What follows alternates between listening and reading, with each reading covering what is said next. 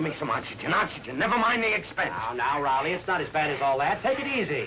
Now, go ahead and take a deep breath. There, you see, you can breathe all right. I don't know. I didn't feel any air go down into my lungs. I got a hole in my neck. Yes, your mouth. Now, relax and tell me what happened. I swallowed a fish and it stabbed me.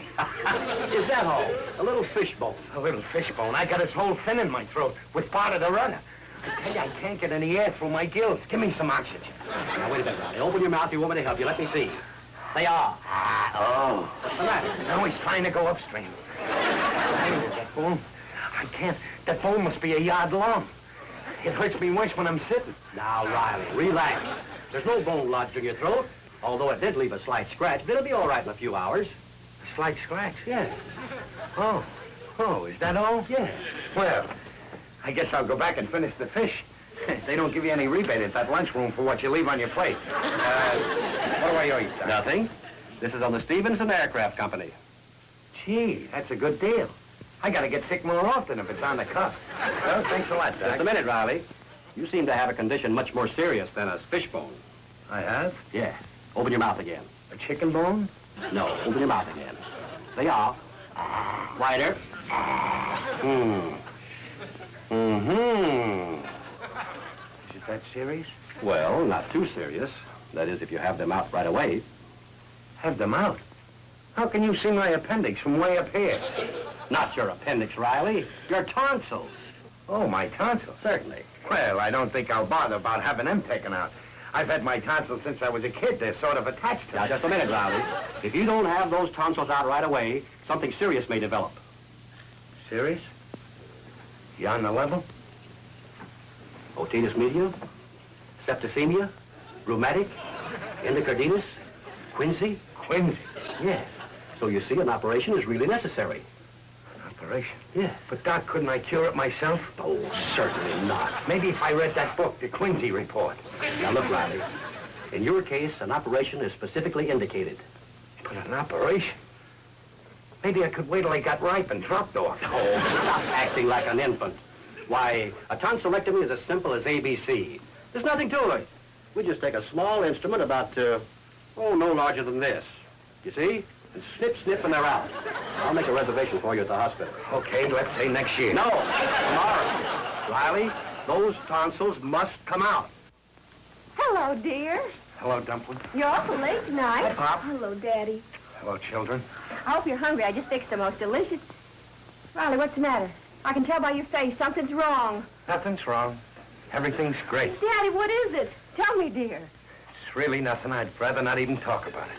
I'd rather suffer. Suffer in silence. Oh, Riley, tell me, what is it? Peg, I'm a sick man. Oh, no, darling. Daddy, Daddy. Gee, Pop, you better sit down. Yeah. Peg, help me over to the chair. Oh, my sweet darling, of course I will. Here's a pillow, Pop. Thanks, Junior.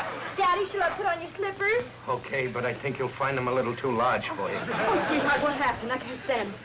I saw the doctor today where I work. The doctor? About what? Peg, you gotta be brave.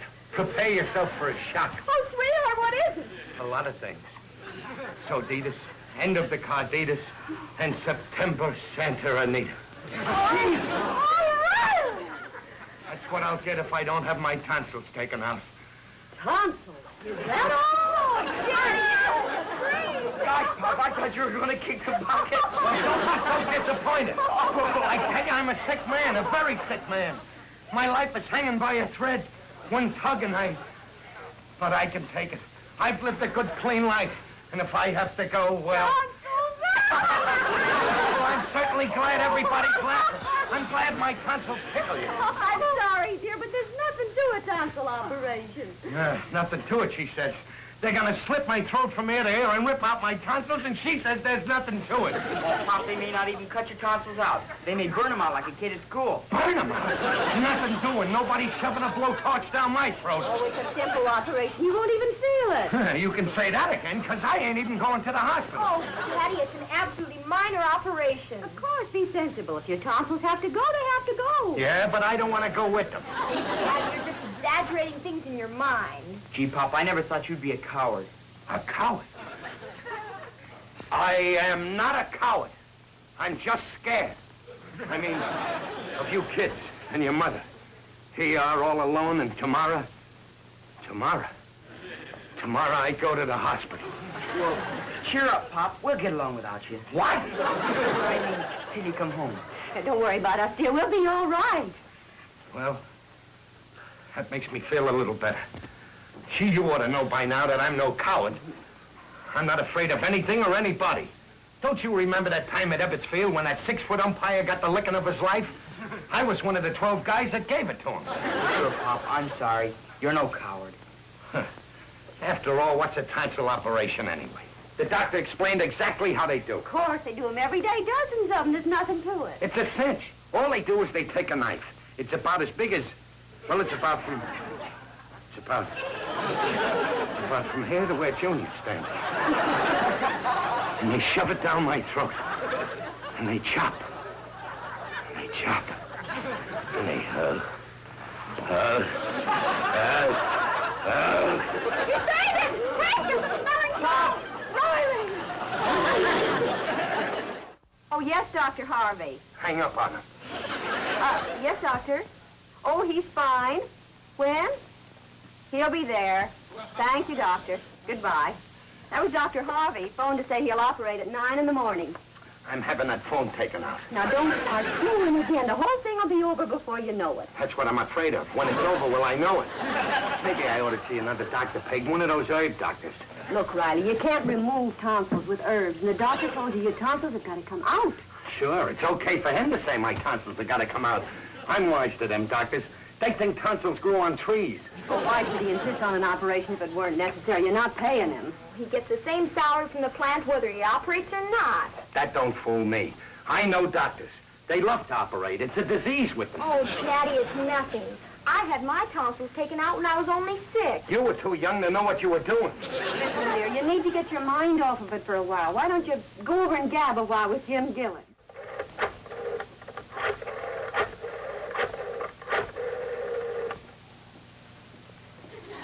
Why don't he answer? It's funny, his lights are on.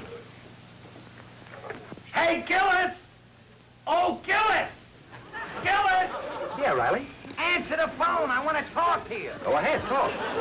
This is Gillis. What are you doing over here when you're supposed to be over there? Your lights was on, so I tried the door, so here I am. Hiya, pal. How's about a little game of gin rummy? Usual type stakes. I don't know. You're too lucky. Luck nothing. Science. 10 cents a game? Okay, go ahead and deal. I already dealt. Those ain't fingernails you got in your hands. They're cards. I go first. Hey, what happened to you down at the plant today?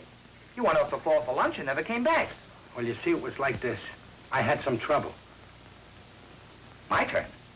I was worried about you. I didn't realize you was missing till suddenly the belt line started going faster. I had some terrible trouble. My turn. If Riley, my pal, is in trouble, that I couldn't stand. I know. You got fired. It was worse trouble than that. I gotta go to the hospital tomorrow. My turn. Hospital, what? Hey, what's the trouble? There's nothing wrong with you, is there, pal? Or if there's anything wrong with you, my best friend, It's my tonsils. Tonsils? Is that all? Ain't that enough? My turn. You got a nerve aggravating me over a couple of measly tonsils? Ain't you got no consideration? It's easy for you to say. What do you know about it, Gillis? I know plenty about surgery. Why, there ain't a day goes by I don't read all the obituary columns. My turn. Sorry. Taking out tonsils is a cinch. There's nothing to it. Any good doctor can perform that operation blindfolded. Blindfolded, huh? Well, my doctor, if he wants to get paid, better take a peek. My turn. My hand don't seem to be getting any better. You're in bad shape, Riley. Scared stiff. Now, why don't you relax? There's nothing to it. Oh, what do you know about it? Have you ever had your tonsils taken out? No, but believe me, I'd be glad to if I ever had the opportunity. Boy, would I love to go to a hospital and stay overnight. 24 wonderful hours away from my wife. Some wife. Ether is better. That's it. Gin. Well, I like my wife. She's cute. And I like my tonsils. They're cute, too. Riley, turn your face this way. A little more. I want to tell you something to your face. You're a coward. I am not a coward. Then stop squawking. If the doctor says you gotta do it, you gotta do it. The whole thing will only take a minute. Only a minute, huh? Sure. They put you to sleep. Then they open your mouth. They take a very sharp instrument. Down your throat it goes. Very delicate. Slash, slash, rip, rip, rip, it goes. Yeah, I knew it. You're a coward. No, it isn't that, Gillis. Now, let me relieve your mind, pal. You know that Mrs. Bennett on the next block? My wife sees her in the market. Well, she had her tonsils taken out, and the very next day she was given a party. My wife told me. The next day, huh? Sure, you don't have to take my word for it. Go ask the woman. And if you need courage, she'll give you plenty of it. I do not need courage. It'll be a dark and stormy day before Chester A. Riley has to go to some poor, helpless woman for courage.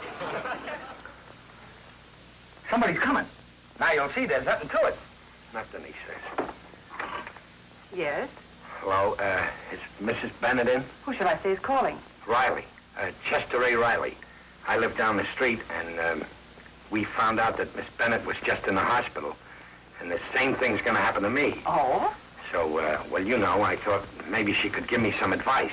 I'll tell her you're here. Come in, please. Who's that at the door, Matilda?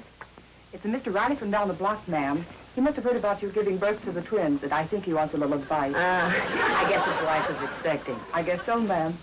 Well, then you'd better finish feeding the twins. I know how nervous a prospective father can be. Oh, Mr. Riley, come on in here. Hello, Mrs. Bennett. Hello. This is my friend Gillis. How do you do, ma'am? How do you do? Go ahead, Riley. Get it over with. Oh, do sit down, gentlemen. Mr. Riley, I realize what a strain you must be going through. Well, I am a little nervous, but mostly on account of my wife. Well, naturally. After all, it's your wife's problem, too, isn't it? Why couldn't this thing have happened when I was single? You're retaining your sense of humor. But now I realize how upset you must be. But just remember, this sort of thing happens every day. Now, take my case. I had 2 of them. 2 of them? Doesn't everybody have 2? Oh, Mr. Riley. But now that it's all over, my husband and I are so happy. Would you like to see them? See them? You mean you brought them home with you? And you know something? I can't tell one from the other. That don't bother me. I'm leaving mine at the hospital. Say that. Well, you'll love them just like I love mine. You know, my husband can't wait to get home each night and play with them. Plays with them?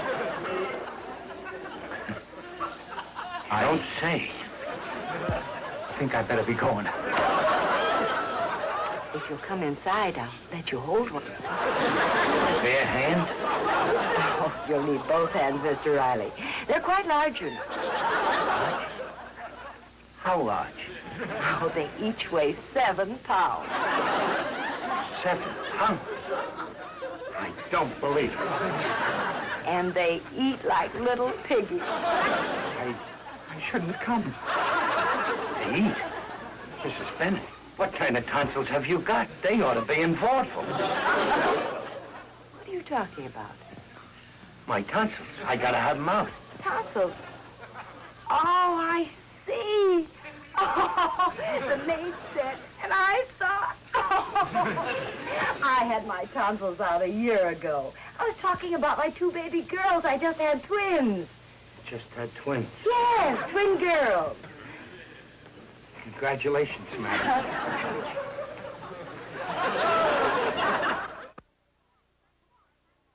Oh, there you are. Come on, it's time to get started for the hospital. I'm coming, Peg. But before I do, I got something to say to my family. Peg, you sit here. But you'll be late. Babs, you sit there. And Junior, you sit there.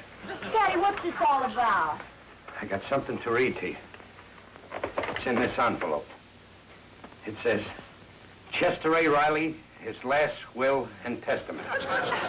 To be read after his funeral. So now I'll read it. Riley, will you please stop this? It's ridiculous. Sure, Pop, you're not gonna kick off. Don't be so pessimistic. Now listen. It says, I, Chester A. Riley, of sound body, do hereby cut up my entire estate to wit and ergo. The pig, my beloved wife, I leave outright my entire bank account, which has always been in her name. Also, for the past year, I have been kind of holding out a certain sum each week from my salary. Riley. For emergencies.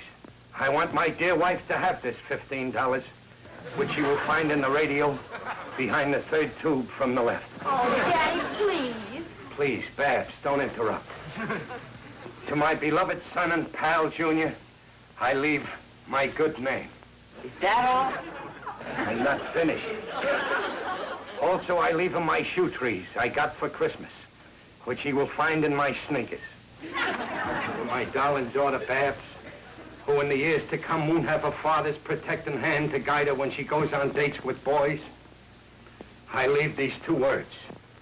Watch out. Signed, sealed, and delivered, Chester A. Riley. Those were my last words. Well, I hope so. Of all the nonsense I ever heard. Come on now, let's get started. All right, Peg. Babs, be a good girl and take care of Junior. Junior, be a good girl and take care of your sister. Oh, Pop, you're gonna be okay. Oh, of course. Riley, are you coming? All right, Peg. But before I go, let me get one last look at my family. Don't move. Stay right where you are. Gee, seeing you like this brings a big lump into my throat. Those are your tonsils. Come on, let's get them out.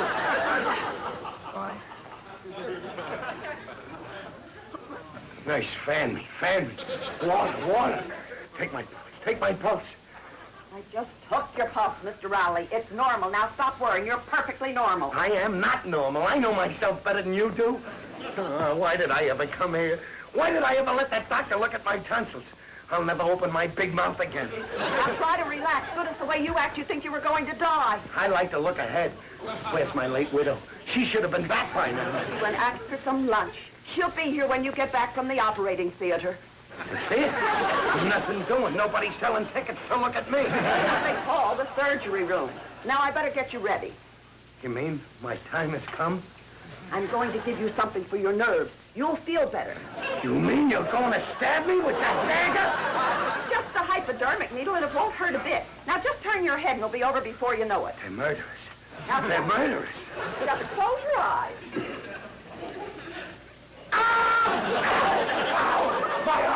My arm! Get back in bed. All I did was swab your arm with alcohol. Now lie still. Well, why don't you do it to get it over with? It's all done, Mr. Riley. I told you it wouldn't hurt. Oh. I guess it was a dull needle. Now try to relax. The orderlies will come and get you with a stretcher in a few minutes. Where's my late widow and my children? They're waiting in the green room. Now try to go to sleep. Sleep? Not me.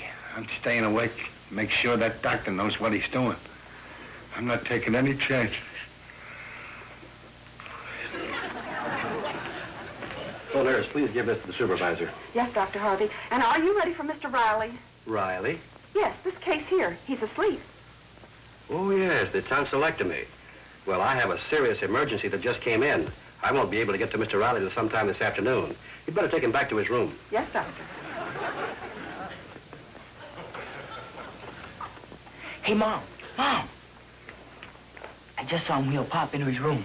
Then the operation must be over. Certainly was quick. Well, I hope Daddy's all right. Shh. Let's go in.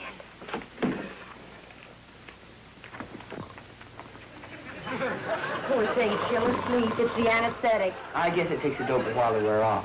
Where's the nurse? He shouldn't be left alone after an operation. All right, Gillis, it's my He's turn. coming, too. Riley, dear, it's me, Peg. Where am I? You're back in your room. The operation's all over. It's all over. Yes, how do you feel?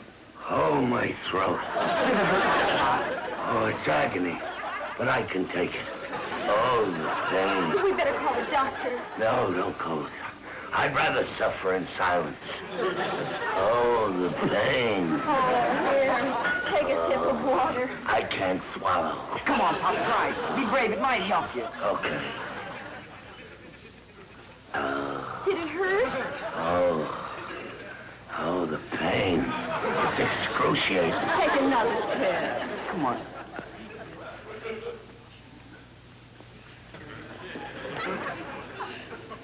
Hey, that didn't hurt at all. You don't sound so hoarse, dear. Well, you sound more like yourself, Daddy.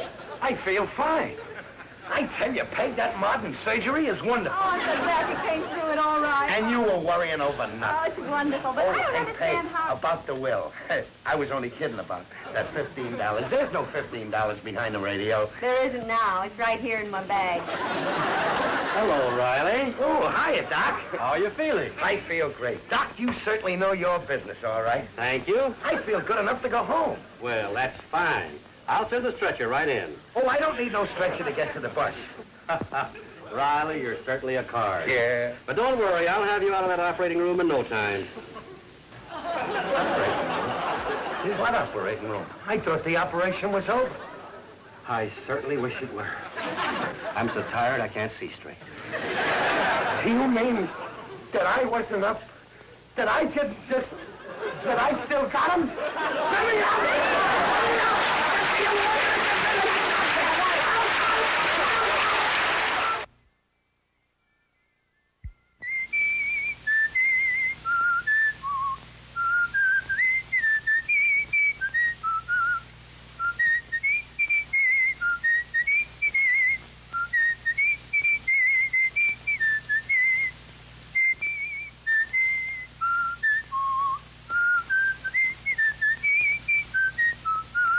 Yeah. But don't